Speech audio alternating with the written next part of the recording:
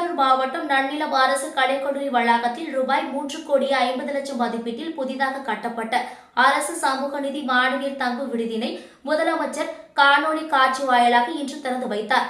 முதலமைச்சர் சென்னை தலைமை செயலகத்திலிருந்து காணொலி காட்சி வாயிலாக ஆதிதிராவிடர் மற்றும் பழங்குடியினர் நலத்துறையின் சார்பில் திருவாரூர் மாவட்டத்தில் நன்னிலம் அரசு கலைக்கல்லூரி வளாகத்தில் ரூபாய் 3,50,00,000 மதிப்பீட்டில் புதிதாக கட்டப்பட்ட அரசு சமூக நீதி மாணவியர் தங்கும் விடுதியினை திறந்து வைத்ததை தொடர்ந்து திருவாரூர் மாவட்ட ஆட்சியர் மோகனச்சந்திரன், நாகை நாடாளுமன்ற உறுப்பினர் செல்வராஜ், திருவாரூர் சட்டமன்ற உறுப்பினர் பூண்டி கலைவாணன் ஆகியோர் கல்லூரி மாணவிகளுடன் குத்துவிளக்கு ஏற்றி வைத்து சமூக நீதி விடுதியினை மாணவியர்கள் பயன்பாட்டிற்கு வழங்கினர்.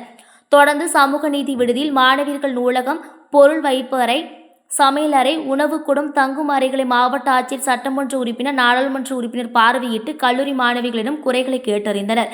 இதில் கல்லூரி மாணவி சமூக நீதி விடுதிக்கு வரும் பகுதிகளில் சாலை வசதி செய்து தர வேண்டும் என கோரிக்கை விடுத்தார். சாலை வசதி செய்து தர நடவடிக்கை எடுப்பதாக சட்டமன்ற உறுப்பினர், மாவட்ட ஆட்சியர் மாணவியிடம் தெரிவித்தனர்.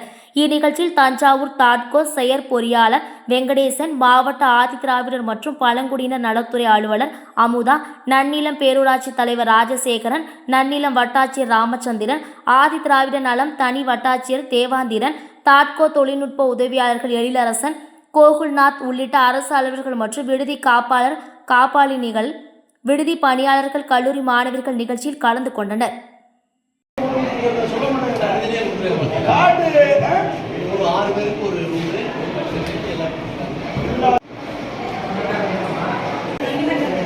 உள்ள போங்க, அங்கே போங்க. இல்லை சார், அது வாங்க. இங்கேயா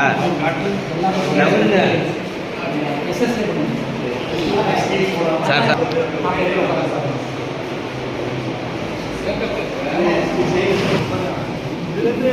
ஒரு 1.5 அடி இருக்கு.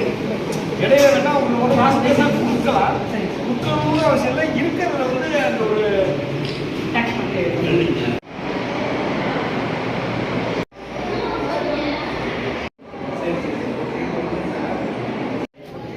ஒரு வாட்டி நான் வந்து அப்படியா? சரி சரி.